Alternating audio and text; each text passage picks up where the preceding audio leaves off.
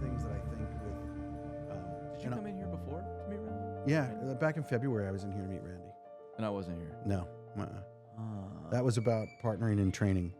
Oh, interesting. I didn't know you guys met here. I just thought you'd a phone call or something. I was down here for Asphalt World and some work. Yeah. And so I had set that up because when we're talking about things like that in person thing, if I can do it, it matters. Sure. So 100%. technology is great, but when we can do the face to face, it's really important. Yeah. When we raised money, I didn't take a single meeting by the phone or remote.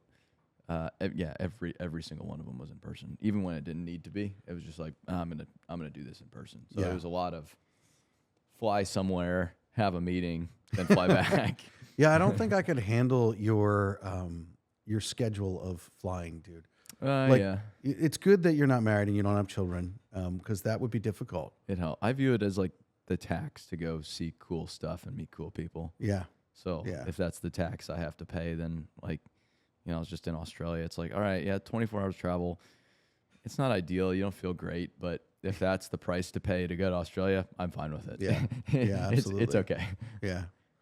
Well, and I mean, when you have a say in what the company does too, it's kind of nice. When you do have kids, like I brought my son to Dirt World last year, and he just carried people's bags. But it was great. Did you bring him last year? I did. He didn't sit in the session or anything. Okay. Which I feel like I didn't see him with you. No, he was either in the room doing school, sure, or he was working. He came down when we were doing the podcast, and he was with us down there for that. But okay, so nice. Yeah, is he coming again this year? I think he wants to. Yeah. I'm trying to figure out what I really want him to sit in on the sessions actually. Oh, that'd be great. Because he's like, what is he? He's 16 now, and I thought, man, my goodness, to hear some of these things that these people are saying. Well, we'll just get him in. Well, yeah, don't buy a ticket or anything like that. He can just sit in. Well, seriously. Well, that would be awesome. Yeah, he would love that. Yeah, no, he's. So can I tell him that Aaron Witt invited him, because he's a little 100%. Bit of a. He actually gave me a question today that he wants me to ask you. He thinks nice. One of the things that I find really funny, my wife keeps telling me this, that your son thinks that you're cool because Aaron Witt texts you. And I was like, wow, I thought I could just be cool because I'm dad, but apparently not. Well, so, man, I'm flattered. Yeah, no, he's more than welcome. Well, thanks. So, yep. Well, we've been talking for quite a bit here today already. Usually I do this before the podcast, but I'll just kind of tell you the format so it kind of prepares you and lets you know that. Sure. So, and I don't know, this might be the podcast, it might not be, because we record and we've been recording while we're talking here. Yep. I think I've heard you say this, and I definitely have said this. When you are having a podcast, some of the best conversations actually happen before it's live. So yeah, that's why we started. I stopped doing any kind of intro, because it's like you're having a conversation, and then you do the intro, and it just kills any kind of conversation going on. Yeah, and then especially if they're nervous, and then you go all the way back to step one and have to warm them back up for another 10, 15 minutes to then get into the real good stuff. Yeah. So I tried to avoid that now. Well, and if you look at the successful podcasts that are out there, a lot of them are the ones that don't have an intro and they just roll right into it. Yeah. Yeah. It's more natural. It is more natural. And then you get the stuff on tape that you really want to get, the secrets and the confidential information, et cetera. Now I see what you're doing. Yeah. Well, typically when we start the podcast, the first half of the podcast, we have a conversation, and I like to talk with people about their origins, but you've pretty much killed that story for me with you. And I think most of the dirt world knows how you got here, I could tell your story of origins, because I've listened to almost every podcast, at least for the first 3 years. I've listened to every one of them. Right on. I remember when I realized that Dirt Talk was something that, and I'm not a podcast guy, but I'm a business guy, and that would be the thing that was appealing to me about what you were doing. Yeah. And so I had listened to them and I got caught up. And so I went all the way back to the beginning. After you'd been doing it for like 2 years, okay, I had gotten hooked, and I listened to a season, and then I was like, well, I was driving to a job site or something, and I had a long drive, and I'm like, well, I want to listen to another one. Yeah. So I just said, I'm going to start from the beginning. And please, if you're listening to the line, don't go back and start from the beginning. I was going to say, yeah, some people reference episodes way back. I'm like, I don't know if I'd listen to that one. Not for the, I mean, I had some great people on in the early days, which was really cool. That's what made it into something. I feel like the people I was able to bring into the fold. But I don't know. Maybe I should go back and listen to it to see if I've gotten any better. Because I don't know. I'd like to think so. I listen to ours just to try to improve not saying stupid stuff. Yeah, I cringe when I listen to myself. Well, I did for a while, and then I gave up on it because I'm just out of control when it comes to stupid stuff. So there's no reining it in. Well, so I was trying to think of how do I flip it, because your origins have been talked about. Sure. And not that that's not a great story. I do love it. We're talking about it a little bit earlier here. But I'm curious, and I think that people who might be listening to this podcast, and just to clarify, we're 6 or 7 minutes in, and I'm talking with Aaron Witt of Build Witt here in Aaron's office. At least that's what the door says. Yep. Door says this is your office. Yep. So, want to have a conversation with you and have an honest conversation that lifts the view of the skilled trades. And I mean to say this in an honoring way to you. I don't know that I've ever had a conversation with you that doesn't do that. I think that's a pretty cool part about you. So my question for you, and the thing that I want to talk about here in the beginning of our podcast, is not your origins, but what are your dreams, your visions? Where do I talked with you earlier about how I think in like 5 years ahead. What does Aaron see as his vision or plan? And knowing that this stuff changes, where do you want to be in 20 years? Like I was joking with you this morning, if you would have asked me a few years ago, so what do you think about software? I would have said, kick rocks. I have nothing to do with software. We'll never have anything to do with software. And yet here we are building a software company. We've built a media company, a creative business. We've built now an events business. It's been a lot of different things that at face value have nothing to do with one another, but in the grand scheme of things have everything to do with one another and actually complement each other quite nicely. But I don't know from a business sense, that's been in the past 6, almost 7 years now. We've created media company, creative business, events company, software company. It's all the same thing. It's all Build Witt, but we've done a lot of different things. And then I do the speaking, the influence stuff, all the other stuff we do as well. It's a lot of stuff that we've gotten into.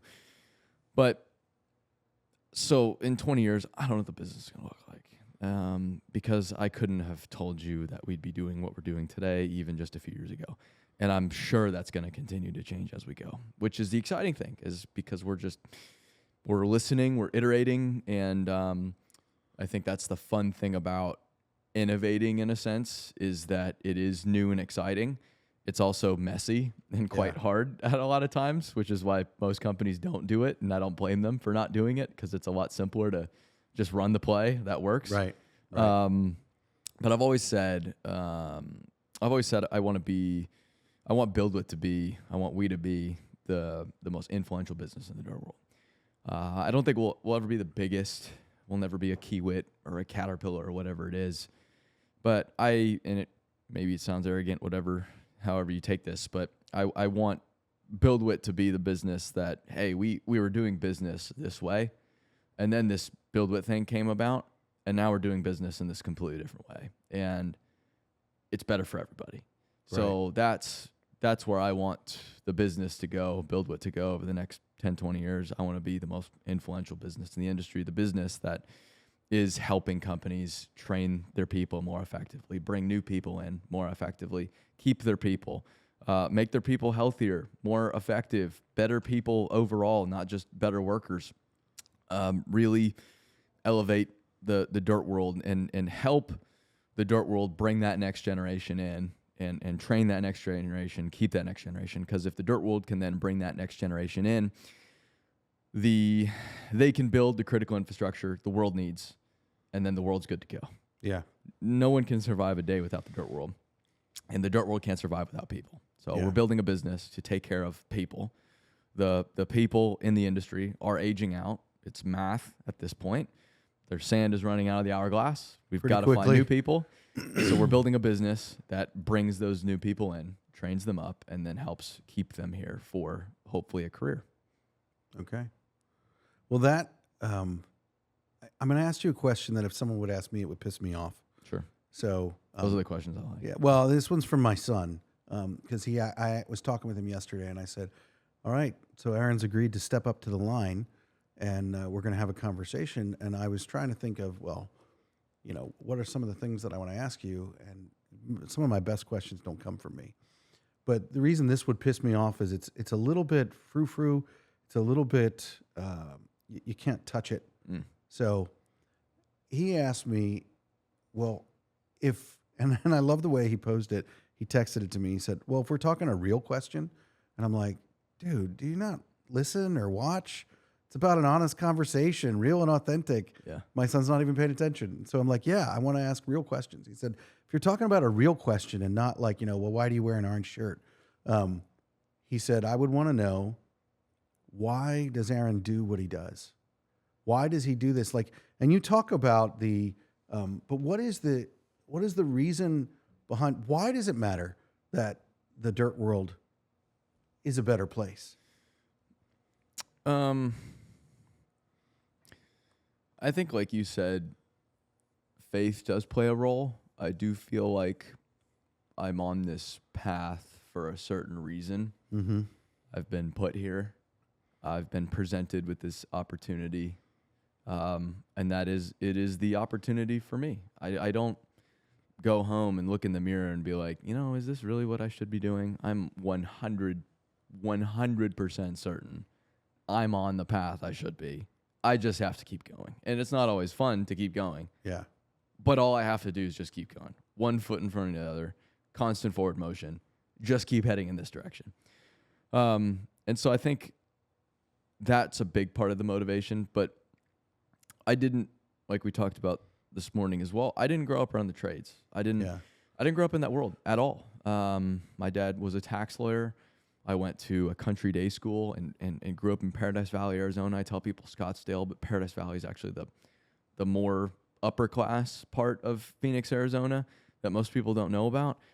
It was awesome. It was great. You don't choose where you're born. You don't choose where you grow up. Yeah. So I'm not complaining. It was awesome.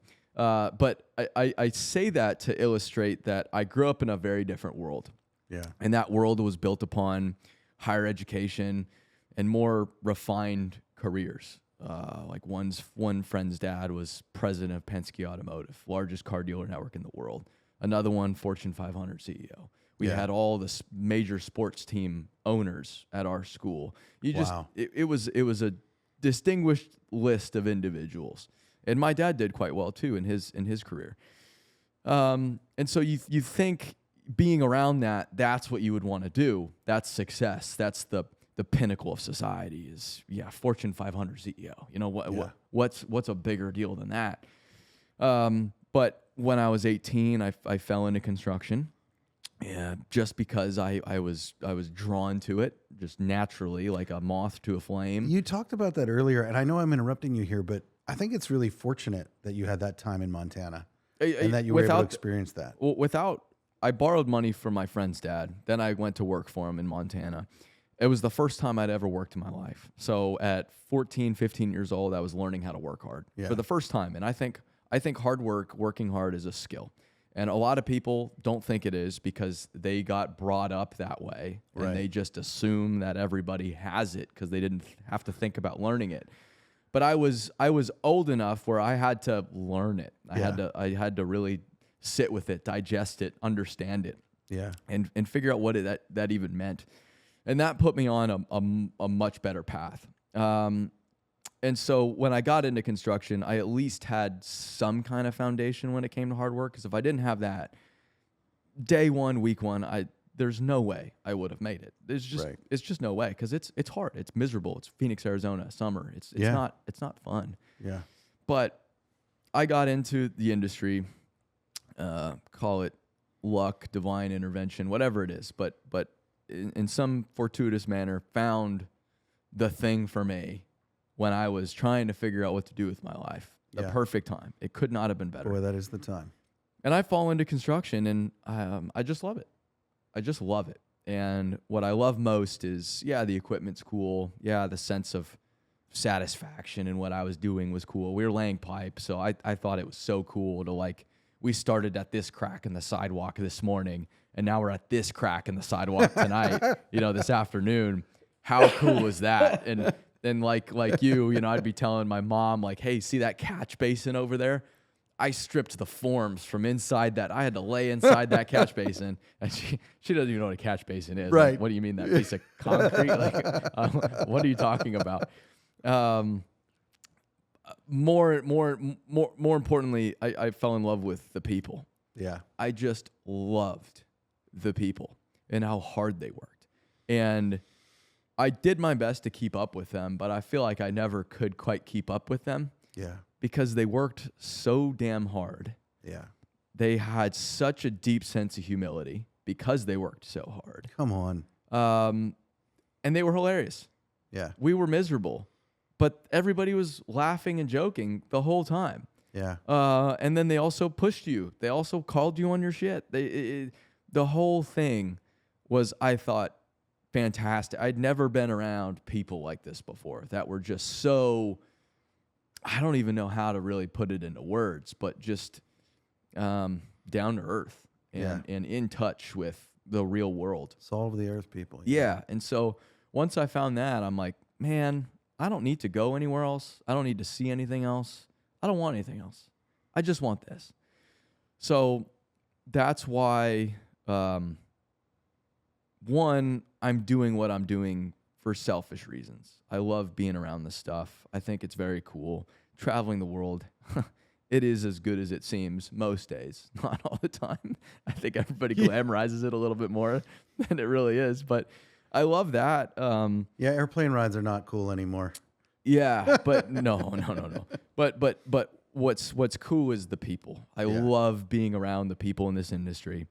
And I love the people that we've been able to employ within our business while telling these stories, developing the software, and hosting the events. The people as a whole that I've been able to get to know and work around is unbelievable. And the coolest thing about traveling around the world now, I've gotten to go see the industry in 5 continents. Next year will be 6, and then hopefully we'll get to 7 at some point. Dude, that's pretty cool. Working on that one. But no matter where I am in the world, it's still the same list of like core values with your average bulldozer operator, for example. I could be in the Middle East and meet somebody running a D8 that I don't share a common language with, common religion with, common background with. No, they could not be more opposite than me and where I grew up and who I am. Yeah. And yet they still have those same core values in a sense, that same core humility, pride in what they do. It's just so exciting to me, and it's so human, I think, which is why I'm so optimistic, because I think this world aligns so nicely with human nature. And I think there's a lot of careers that have pulled people away from human nature, which is why there's a lot of miserable people in the world nowadays. When you say human nature, what do you mean by that? People did not develop in front of computers. Computers are a very new thing. Yeah. We developed using our hands. Yeah. We developed developing natural resources. Yeah. We developed building and adapting our environment around us. We developed working alongside other people. We developed working hard. We developed in the elements. So you can go down the list. Everything that every condition human beings developed within is available in the trades. It's not available in most other industries. So that's what we were talking about earlier as well, is it gets me frustrated when we try to make the trades into other industries because we're trying to compete with other industries for talent. It's like, no. Stop, please. Yeah, come on. I love this world. I fell in love with this world because it's not the other stuff. Right. It's not the nonsense. Right. It's not polished. it is sometimes hard. It is imperfect. It is hot. It is cold. Whatever it is. That's why I love it. And that's why people within this world are so proud, because they know it's not for everybody. Yeah. They know most of the people walking around the airport couldn't do what they do, but that's why they're proud. Yeah. And if you want to go back to 2020, I know people don't want to, but talk about and look at the essential worker thing. Yeah. A lot of people found out that they're actually not at all essential to society.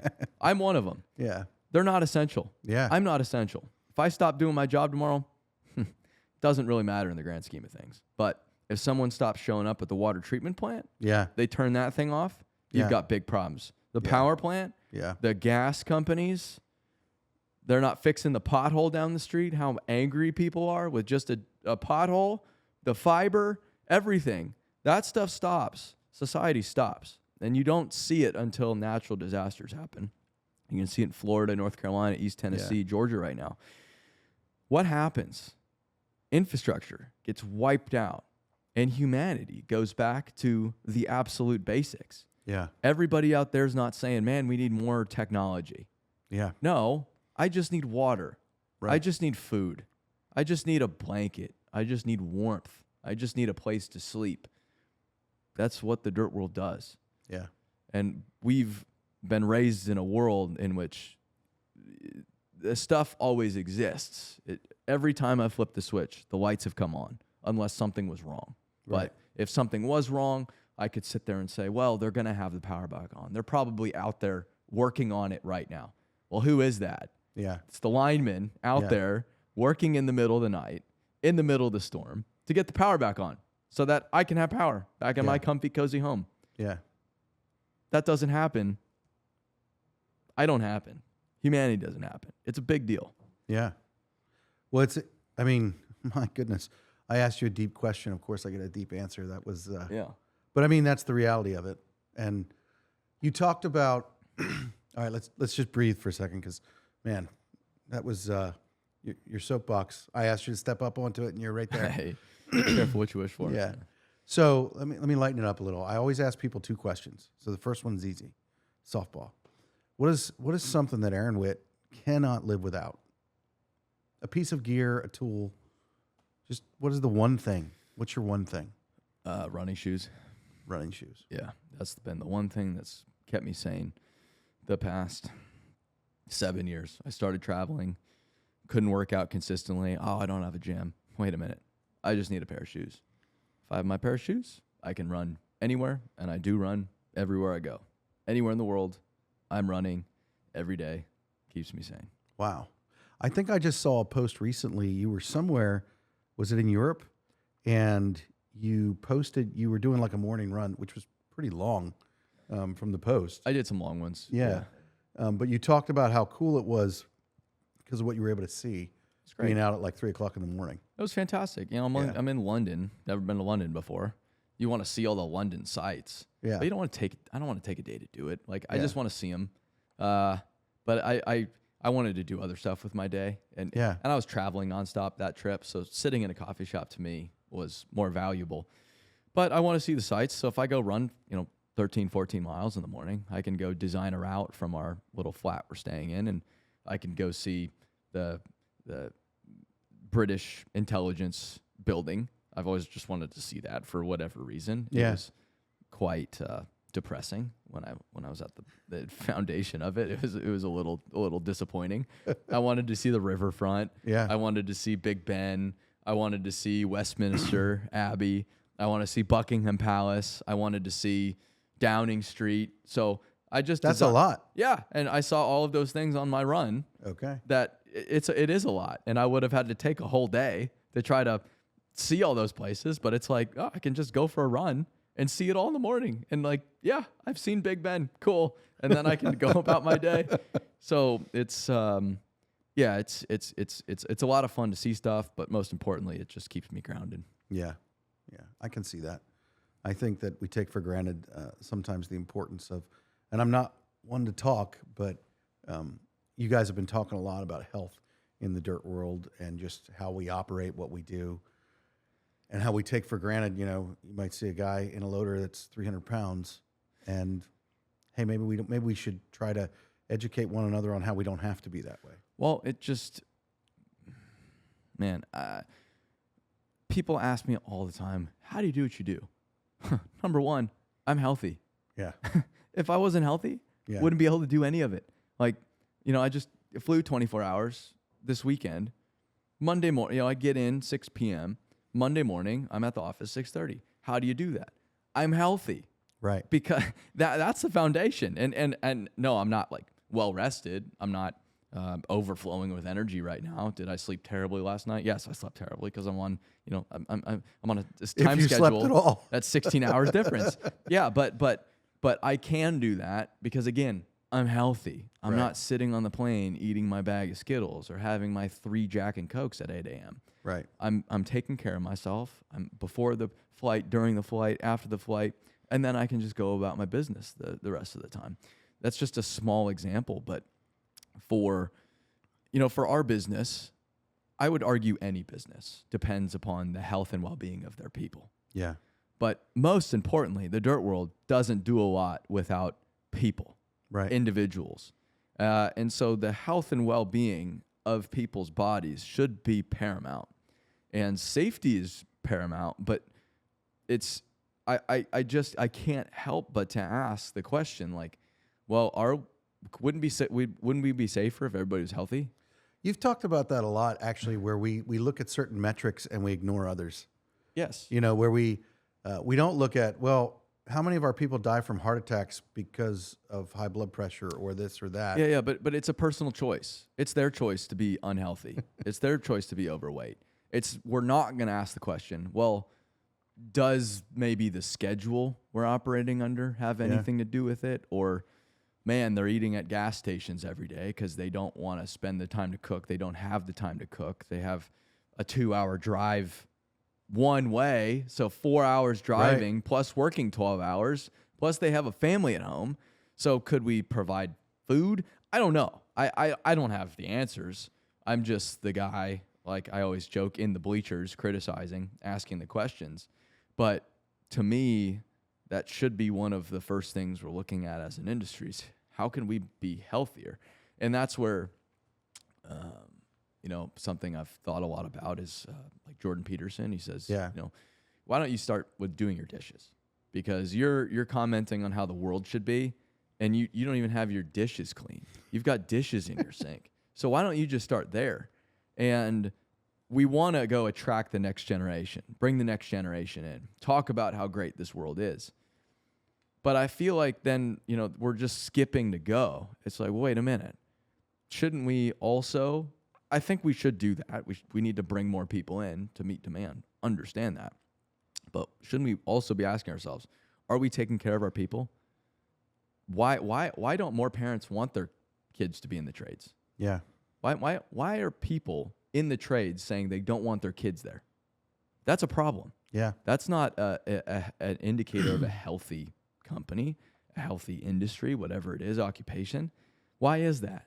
And is there something we can do about that? And if we do something about that, and if the parents in the dirt world do want their children to be in this industry, well, we don't have to do as much recruiting then, because we've got our recruitment arm. Yeah. That is the workforce. Yeah. If you ask somebody, how'd you get into the dirt world? They'll probably say, I knew someone in the dirt world. That is how it works. I'm the odd man out. I just stumbled into it. There aren't very many people like me. So, I never thought about it. We were talking earlier, and you asked me how I became an electrician, and I had a friend whose family had this business. Yes. Wow. Yes. If you ask most people that you've had on Jason Richmond, he'll say first thing, 4th generation road builder. His brother's also. He does say that. You talk to Randy. Yeah. Well, Randy grew up around his father's business, driving the water truck when he was a kid. Yeah. Ends up in the dirt world. You can probably go down the list. They were around the industry. So that's really interesting. That even comes back to stuff that Bill Witt is doing in the promotion of the trades, because you're trying to reach those people that don't know someone. You're trying to be the someone that they know. Yeah, we have to do all of the above.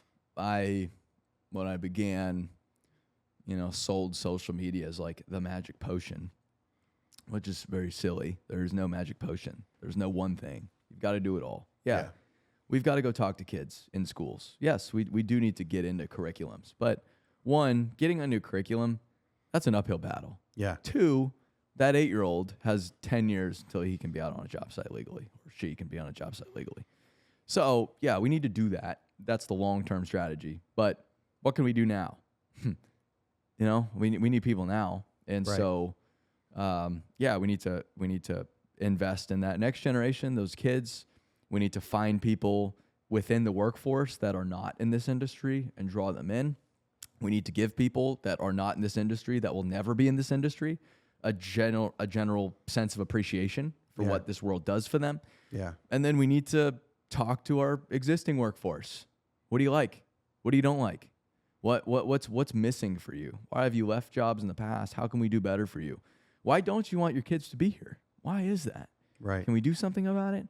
Why are so many people, again, so unhealthy? Why are so many people dying of opioid overdose? It's like, why is that happening?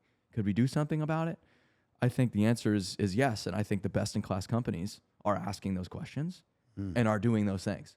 So I'm not sitting here talking theory. You go to a C.W. Matthews, you go to a Hoopah, you go to a Strack, you go to a Sargent, you can go down the list, Emery Sons. You go down the list. They're all doing this stuff, or they're at least asking these questions, and they're at least on the journey of really taking a hard look at the good, bad, and ugly within their existing businesses, existing workforces, and then also engaging with the community while they do that. Yeah. Well, I think that is you talked about being essential, but that is the essential part of it, is that we need to be applying that. You mentioned some of those companies, and they are the ones that are doing it right. It seems like that's who Bill Witt wants to work with. You want to work with the people who are doing it. Yeah. Rather than, you were talking to me earlier, it's like you said you used to try to convince people about, what they should be doing, and you've kind of stopped doing that and gone more after, hey, these guys are doing it. Let's come alongside them and do it with them. That's why the Area Dirt World Summit is so cool, because it's a new event, and it selects those people that are doing things differently. Yeah. It's a different crowd. You can go to any other meeting, any other event in this industry. You're not going to get that kind of crowd. You're not going to get that kind of energy, because it's a new event. We've started with a blank sheet of paper, and we've built it around those companies, around those top-notch leaders that want to get better. Yeah. Which is really exciting. That's why I love it. So tell me about that. I have one complaint about the Dirt World Summit. Mm-hmm. And so I have many, so get in line. And I think that the question that I want to ask you next would be help answer that, because you keep saying the Dirt World, and we're here in your large conference room, which is not labeled that. It's literally labeled Aaron's office, which I didn't realize until a few minutes ago. Yeah, it's a joke. Yeah. Well, I'm starting to get your humor. Yeah. I've stopped looking for your kids and your wife that you're ignoring. So yeah, I keep them locked away. In a closet. But up here on the wall, I mean, this wall's pretty famous in Bill Witt lore, we'll call it. And it says, making the dirt world a better place. And you've talked about the dirt world a lot. And I am not an operator. Mm-hmm. I did grow up in construction. I've talked with you about my dad was a carpenter. The most fun construction job I ever had was being a framer for a summer. You want to talk about, when you were talking about the sidewalk, it took me back to remembering we would frame up a wall, and it was like, there's a whole house. It was like, that's pretty cool. Well, framing goes quick too. It does. Yeah. It does. It's very, very fulfilling. But you talk about the dirt world all the time, and I would be listening to Dirt Talk or whatever. And even when you invited me to Dirt World, when I met you last September, you're like, hey, you should come to Dirt World. And I was like, I'm not a Dirt World guy. And I think, and I'm just going to say it this way. I don't want to answer the question for you, but when you talk about the dirt world, and Jason Richmond, I think, articulated this really well, it's not just about dirt. Oh, no. So tell us, when you say dirt world, what does that mean? Because it's important for tradesmen like myself and other people to know what you mean when you say that, to not get confused. Yeah, language is important, and you've got to manipulate language at a certain point in time to do what you want to do. Yeah. There wasn't a term to really describe critical infrastructure. Okay, like heavy civil construction, but then that doesn't. Is that utilities? I don't know. Is that mass excavate? There wasn't a term for it, and so we just made it up. It's as simple as that. I don't know if we didn't have this long drawn out session. Like, all right, is this the best term for it? I think we just started using it. I don't know how it even came about, honestly. Maybe Dan could tell you or somebody else. But we just started using it. I think it just became like naturally part of our vocabulary, which are some of the best terms and words to use. You don't really want to manufacture it. You want to pull it from where it already is happening, where it's already natural. And we're just defining a new term, and it's going to take years and years and years and years to properly define it. But it's critical infrastructure, natural resources. So yes, it's gas lines. Yes, it's moving dirt. Yes, it's making rocks, quarrying. Yes, it's paving roads. It's power. It's fiber. Whatever you need, landfills, critical infrastructure, mining, critical infrastructure, natural resources, the building blocks of our society. That's the dirt world. We didn't deliberately go into buildings. That's the one thing we left out, because I think that's a different world. And you said construction's not all construction. Yeah. To do what we're doing, to build the trust necessary to have the influence we want to have, we have to speak to a specific audience. We have to make it about a specific group. So, yeah, we do want it to be inclusive and big enough, but it can't be too big or else it becomes ineffective. Yeah. And having been there, there's something being in, I think last year was like, 800 people, 900 people, something like that? 700. 700 people. Yeah. Being in a place with all of these people, like we are similar, and knowing what we're talking about, infrastructure, those sorts of things. Yes. That was very intriguing to me. Yeah. By the end of the weekend, I knew who certain people were, and they knew who I was. Mm-hmm. That is hard to maintain. Yeah, it's not that big of a world. No. But yeah, we have to speak to this specific group for it to work. And then once it works, we can go put it elsewhere. But that's not for a long time, and that's not what we're focused on. We're focused first and foremost on making it work for the dirt world. And yeah, again, dirt world is a made-up term, and it has caused a lot of confusion. And maybe it's stupid, but I don't know. It's working out so far, and it takes some of these things just take time. All right, cool. We've got, like Andy Frisella says, you've got your cake recipe. It's perfect. You put it all together. You put it in the oven. I love this quote. You can't turn it up to 800 degrees. It just burns the cake. You got to cook it at 400, like the instructions say, like the recipe says, to get the tasty cake. So I think that's one thing that it's just going to take time for it to make sense. But I think years down the road, we'll be thankful that we made up a new term, because it will be. Nobody would be talking about it if you didn't make up a new term. Yes. If you're like, hey, we have this heavy civil conference. It's like, okay. Nobody would be talking about it. I don't know. I went to another heavy civil conference earlier this year. So yeah, I don't need to go to another one. It's like, well, no. This is different. This is ours. This is unique. And it's not ours. It's the dirt world's. We're building this stage. Like, one of our values is we're the stagehands, not the stars. We're building this for the dirt world. We're facilitating, but it's about when I say us, it's about the dirt world. Yeah.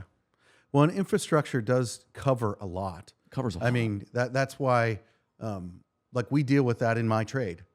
Infrastructure is actually a big part of what we do. Yeah. We like to say we go from the pole to the receptacle. Like, it's like power to pole.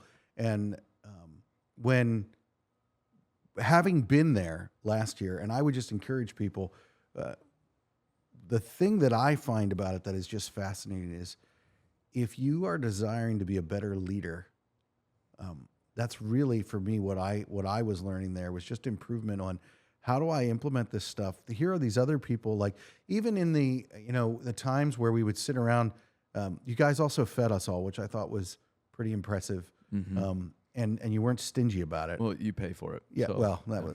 yeah. But I mean, sitting down with people and having conversations with people from all over the country that are working with some of the problems that we're working with, having those conversations, and then talking about the other thing that people pay for in the dirt world is you don't have nobody's standing up front sharing information with us. You have some pretty cool speakers. No, it stands alone as, I think, one of the better leadership events in the industry, in the United States, period. Well, and I'm trying to say that for you so you don't have to say that. Yeah. When you first asked me, I'm like, why do I want to go to this? What is this about? And I went, and it's not cheap, which, let me just say something about that. It shouldn't be. No. Have you ever, well, I don't want to get too off topic, but it's like when you don't pay for something, you don't value it. Yeah, and this is where, like, I definitely identify more with Steve Jobs than Bernie Marcus. The customer's not always right. Yeah. And it doesn't have to be something for everybody. Yeah. If it's not for you, it's not for you. Yeah. If it doesn't apply, it doesn't apply. Okay, that's fine. We found this year well over 1,000 people, 1,000 leaders in the industry that it does apply to.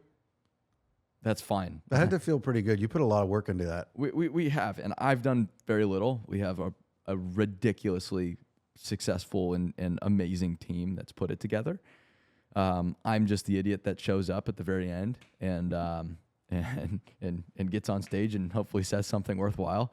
But it's really cool to watch that team come together and sales team having all these conversations. It's not by accident. It's not like we just publish the agenda and everybody shows up. It takes a ton of work to get people there. And sometimes it takes like 15 phone calls to get someone to buy their damn tickets. Yeah. But I don't struggle selling these tickets because I know it's in their best interest to be there. Right. I know, okay, cool. Yeah, it is an expensive ticket. You're going to get so far beyond that in a return. So I don't struggle charging that because I know the value is there. I know this is, from a leadership standpoint, standalone conference among the best in the United States. And it's only getting better. Like, just wait till you see. I mean, this year's agenda, it's not even about beating every year because last year we started off pretty strong. This year is phenomenal. Next year, it's just like, Dan, Randy, Jason, I, whoever, we're brainstorming, like, who do we want next year? I'm like, I don't know. This guy would be really cool. Okay, Dan calls me next day. All right, talk to his team. He's on board for next year. Okay. Like that's pretty wild. I mean, these are all the people that a lot of people talk about mentors. Yeah. I follow a lot of people online, and I've been mentored by a lot of people that I've never met. They don't know who the heck I am. Yeah. Those are the people getting involved in the summit now, which is crazy to me. It's so wild. So it's really exciting, and that's been a fun part of our business that I didn't actually see happening. Yeah. I can relate to that. Starting an electrical contracting company and then working in the creative space is not where I thought I would be either. No, but that's the fun of life. Yeah. And you said from the pole to the receptacle, we're more so on like the coal mine, like the thermal coal mine, to then the power plant, to then the transmission infrastructure, to then the substations, to then the the more downstream type power infrastructure, to the pole. And then you take it from there. Exactly. Yeah. But that's the dirt world. Everything from the coal mine or the nuclear power plant or the wind farm or the LN, the gas lines to then get to a combined cycle gas power plant, get the power to the people. I love it. Yeah. I should have waited and let you talk more before I took a drink. So, we've been talking a lot today, and I'm not going to keep you a lot longer, but I will say, when we were talking earlier and you're like, hey, this is how long we've been sitting here. I was like, what? I have to say, it's really easy to talk with you about this stuff because you truly believe it. Yeah. And I wouldn't make the journey down here if I didn't think that you believe it. You've built trust with me. And I think that you've been building trust. People have been watching you consistently. You say the reason why you do this. If we boil everything down that you said, it's about the people and your care for the people. And yeah, that cannot be noble because you also benefit from it. But isn't that what we all should be doing? Yeah. So one of my favorite things to ask people on the line is about things that they've done wrong that they're willing to share. And we don't edit anything on this. So I normally tell people that beforehand. So I apologize. We intend to publish everything that you've said without editing it. That's completely fine with me. Yeah. But one of the questions that I like to ask people is, what is a mistake that you've made that you'd be willing to share with others? Because, and I've learned through asking this question, some people are like, well, I don't call them mistakes. It's only a mistake if you give up and you don't learn from it. And so that's kind of a non-answer. I've gotten some non-answers. They need to do some introspection. Well, and honestly, for me, yes, and they if, do. And if Randy or Jason said that, gave you that answer, I'll tell them, hey, you need to you gotta spend some time alone. They did not, and actually, for whatever reason, I felt more empowered to push back on them if they would have. So yeah. But with that, I think that when we share our mistakes, one, it says something about us. And it helps us learn and grow from it. And two, I want us to be able to share things with people so that they can learn from it and not repeat it. You and I both talked about some mistakes that we made in business that were pretty painful, that are still painful to talk about earlier. Yeah. And so just one, what's a mistake that you'd be willing to share with those who are listening? I think, that would benefit them, that they wouldn't repeat the same thing that you did. Well, I don't know. I could go down the list of like hires or. Oh, I thought that was your answer. I don't know. I don't have almost. Missing payroll or 100 different mistakes we made fundraising. We've talked plenty about almost missing payroll. We don't need to talk about that. Yeah, I put it in the box. Saying the wrong things on the internet or structuring contracts wrong or whatever it is. So you go. You're talking about all the good ones. I've done all of those. Yeah, everybody has.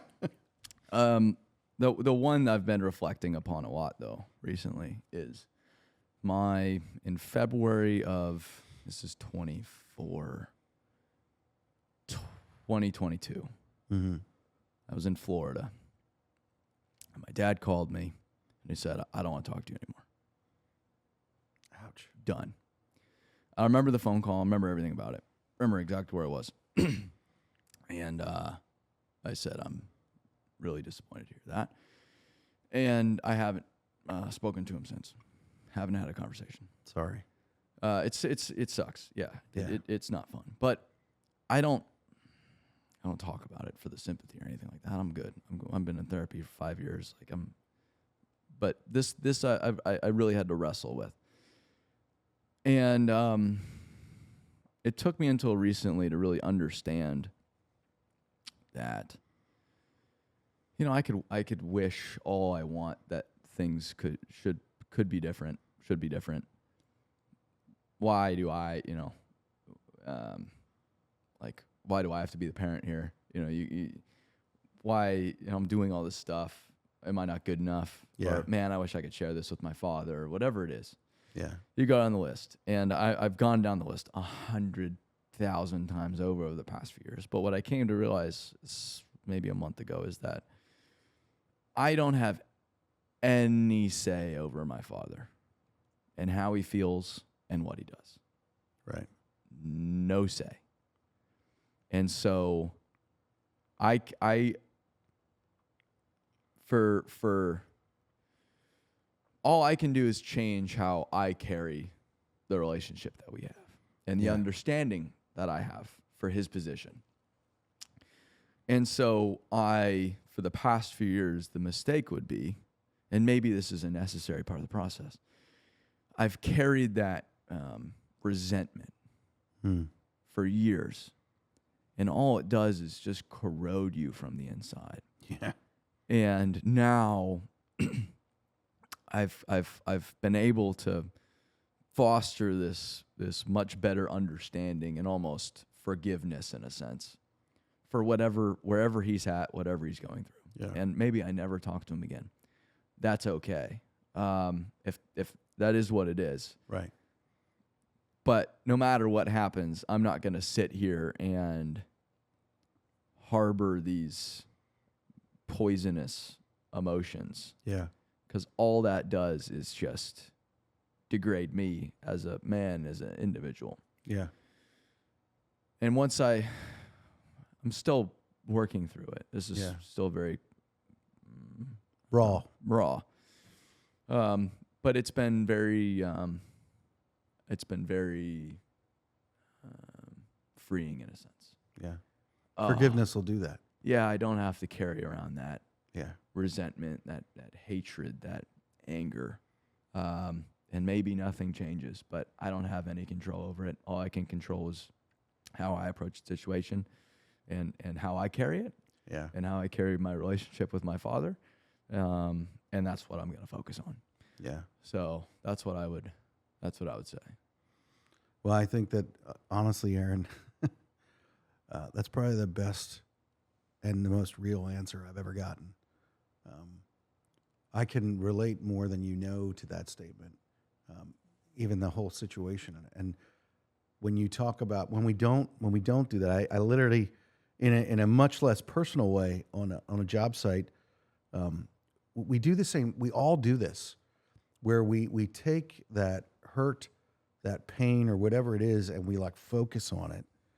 And you say, you know, I'm an electrician, so I like this statement because we deal with corrosion all the time. It prevents a lot of times when there's a power issue. A lot of times it actually comes from corrosion. Yeah. And what happens is something gets in there, and it starts to irritate whatever that is. You know, whether it's oxidation from aluminum wire, whether it's copper, whatever it is, something gets in there and it's not dealt with. Mm-hmm. And when it's not dealt with, it corrodes it until it destroys it. And it's something quite simple. Yeah. It's something quite It always harmless. is. It always is. Water, humidity. It's Yeah. like, well, what good? What's that gonna do? But well, and over like you time- said, you can't. There's nothing that you can do for whoever that individual is in your life. There's nothing that you can't control them. You can't force them. And that's the beautiful thing about forgiveness, is only you can give it. They can't demand it, and you can't force it on them. Yep. But that is for sure. If there's ever a chance of restoration, that is the only way there, is through forgiveness. Yeah. It is the only way there. Yeah, and putting your ego aside. Yeah. I think that's a big part of it too. Is this isn't about me. Yeah. Yeah. And once it's not about you, it becomes a lot more clear. Yeah. Go figure. Yeah. But sometimes it takes time to get there. Sometimes people never get there. Well, and I mean, there's definitely a process in it. Like, especially when it comes to family, I think that we deal with there's stages of grief when something like that happens.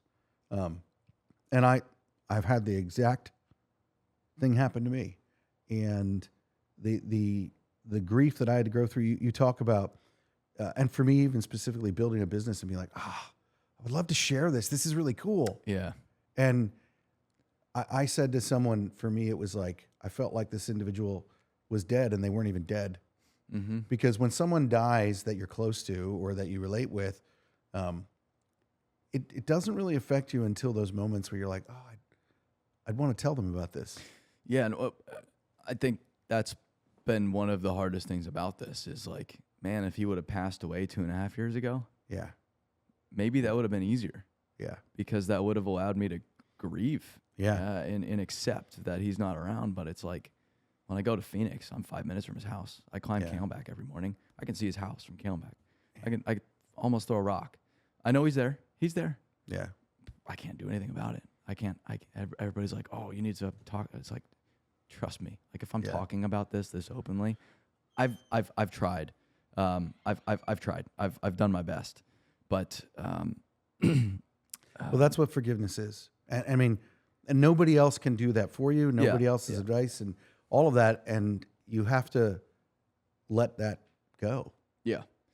Which has been a great thing for me. And you know, silver lining is I've been able to develop a better relationship with my mom. So like my dad can't come to the summit. I'd love him to come to summit, but my mom's coming to summit, which is awesome. And I can't wait because I think she has no idea what I do, and I just can't wait to pretty watch her go into that room for the first time. And so we've literally come "Holy full smokes." circle from Mom, I stripped the forms off of that. Yeah. to hey, Mom, this is what I'm doing. Well, because it's such a like the little child within you. You just want to make your parents proud. I totally get that. I totally get Grown ass adult. Yeah. You want to make your parents proud. Like, Yeah. It's such a powerful force. Yeah. And I think it's a beautiful motivator for a lot of things. So yeah, I'm just like, I'm so excited for the summit, but I'm most excited for my mom to be there. I'm excited to see everybody, but like having my mom there is going to be so cool. That would be awesome. Yeah. Well, Aaron, I just so appreciate, and I have to take the time to say this, what you've done. You're a young man. This has been a year of me meeting people way younger than me, way more successful than me in every way possible. I did a round of podcasts and sitting down with different people that are managing these huge companies, and they're like, "Oh, I'm this is how old I am," and I'm like, "Oh shit, I'm the old man," you know. Yeah. But one of the things that you've done for me is you've challenged me to. Last year at the summit, you made an investment in me and the other people that were there. That's something at the core of what I believe in my faith and my journey in life. That I believe is something I'm supposed to be about. And I was challenged by you to do that. And so I want to say thank you for that, because I've been able to see then in my world, and it doesn't matter how big or how small it is, but when you've challenged me to be able to invest and impact other people, and that taps into the power of multiplication where we actually can change an industry. Yeah. And you have been a pioneer. You have been you're out in front. And so you've made it easier for others to come along and do that. And I just want to say thank you. I appreciate that. Truly. No, I very much appreciate that. It's funny, we spoke on the phone maybe 2 weeks ago. Yeah. And you asked, we were talking about something specific, and you asked, hey, do you have people around you that challenge you or call you out? One of the things that Dan called me out on a few weeks ago was that I don't talk about others enough. And it's quite funny, and it's made me feel a little guilty because the position I'm in, people just make it about me, but it's not, like, to me, it's not about me. Yeah. And I'm answering their questions, or they're saying what you said, like, right, you know, congratulations on what you've done, this and that. But I don't really believe it's been me. I like, one, you know, my parents dealt me a really good hand. Yeah. A really good hand. And I'd be toast if they hadn't done that. I'd be a nobody, one. Two, I was put on this path and presented with these really great people early on that helped me build my love for this world. Three, we have incredible people at this company, like Dan, like Randy, like Jason, I can see like that. Kara, like Jessica. I mean, you can go down the list. Really, really, really good group of people. And I, all the time, I feel like the outsider around here. I'm like, what am I doing here? Why do these people believe in me so much? Why are they following me? Why are they still here? Like, for all the dumb shit I've done, they're still here. Why? And then all the great people like yourself, like probably most of the people you've had on your podcast, I know, most likely. I've been able to enjoy the support of the Herb Sargents, the Brian McManuses, the Dan Garcias, the Jonathan Stracks. You know, you go down the list. And so I'm grateful to be the one helping to organize it, but you know, I'm just playing my part, and it's a small part in the grand scheme of things. And it's thanks to you, everybody, to make it a reality. And then, most importantly, I know that I am nothing without the people out in the field actually doing the work. Yeah. So I can relate to that. I am under no illusion that it's about me. And no, it's about the guy in the ditch right now, wherever it is. It's kind of cold today, so they're out there, they're working. I cannot believe you just said it's cold today. Oh, it's cold. It's cold. I'm from Arizona. It was 40 this morning, whatever it was. But I'm under no illusion that even all these great people, we all know that, hey, we're just here to support those out in the field. Yeah. That's all this is about. Yeah. So I don't know if that was very good. No. That was, Yeah, not very concise. But you did what Dan called you out on.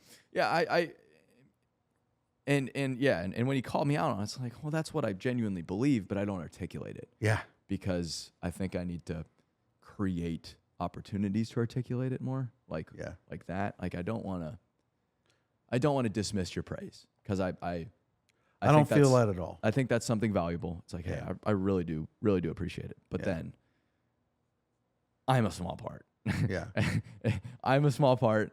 Yes, like my name's on the company for better for worse, but I am just a piece in the puzzle. Yeah. And without the whole puzzle, none of this works. Yeah.